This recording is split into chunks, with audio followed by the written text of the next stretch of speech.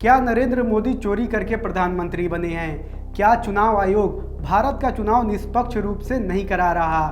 क्या भारत का लोकतंत्र सच में खतरे में है?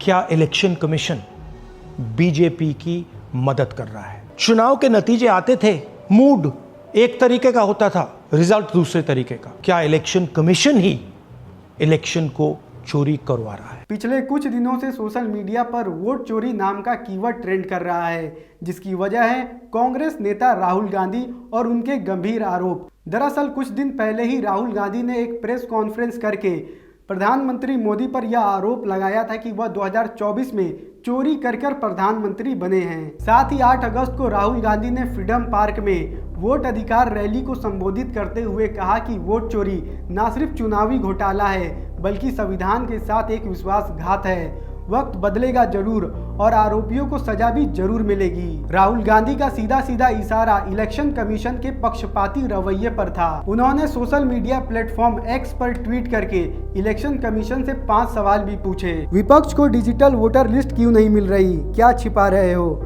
सीसीटीवी और वीडियो सबूत मिटाए जा रहे हैं, क्यों और किसके कहने पर? फर्जी वोटिंग और वोटर लिस्ट में गड़बड़ी की गई है, क्यों?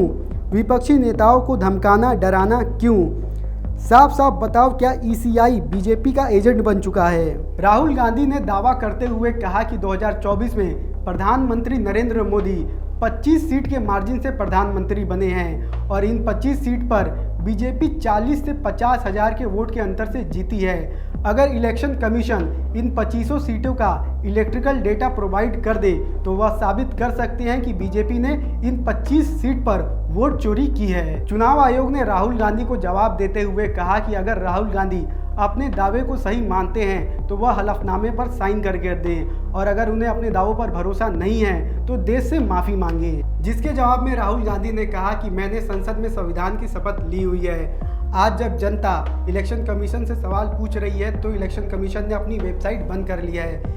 इलेक्शन कमीशन को पता है कि जनता अगर उनसे सवाल पूछने लगी तो उनका पूरा का पूरा ढांचा ढह जाएगा। लेकिन एक सवाल यह भी है कि राहुल गांधी के इलेक्शन कमीशन के खिलाफ इन आरोपों का आधार क्या है? तो 7 अगस्त को राहुल गांधी ने एक प्रेजेंटेशन दिया था जिसमें उन्होंने महाराष्ट्र और बेंगलोर में हुए चुनाव की धांधली को उजागर किया। कर्नाटक के महादेवपुरा असेंबली की सीट के वोटर लिस्ट को दिखाते हुए राहुल गांधी ने कहा कि यहां पर 6.5 लाख वोट में से 1 लाख वोट की चोरी हुई है। कांग्रेस की रिसर्च में यहां पर 1 लाख के करीब गलत पता और एक ही पते पर बल्क वोटर और डुप्लीकेट वोटर्स का पता चला। साथ ही चंद महीनों में महाराष्ट्र के अंदर कई लाख मतदाताओं का नाम सूची में जोड़ा गया है। 40 लाख वोटर रहस्यमयी हैं। पिछले 5 महीनों में कई वोटर्स को जोड़ा गया है। इलेक्शन कमीशन को वोटर लिस्ट पर भी जवाब देना चाहिए। राहुल ने बताया कि लाखों पेपर को मैनुअली रीड करने के बाद यह सबूत जुटाए गए हैं। अगर इन पेपर को एक साथ रख दिया जाए तो इनकी कुल हाइट 7 फीट की होगी। सबूतों को जुटाने में कुल 6 महीने का वक्त लग गया। ऐसा इसलिए क्योंकि इलेक्शन कमीशन में जानबूझकर नॉन मशीन रीडेबल पेपर मुहैया कराया, जिसकी वजह से पेपर्स को मशीन में स्कैन नहीं किया जा सकता था। राहुल गांधी के यह सारे आरोप बहुत ही ज्यादा गंभीर है। इसीलिए राहुल गांधी के यह आरोप चाहे सही हो या गलत, इलेक्शन कमीशन को इन आरोपों का सही जवाब देना होगा। क्योंकि अगर इलेक्शन कमीशन ने राहुल गांधी के इन आरोपों को सबूत के साथ खंडन नहीं किया तो यह हमारे पूरे लोकतंत्र के ढांचे के लिए बहुत ही खतरनाक खबर होगी। खैर, आप इस खबर के बारे में क्या सोचते हैं हमें कमेंट बॉक्स में जरूर बताएं।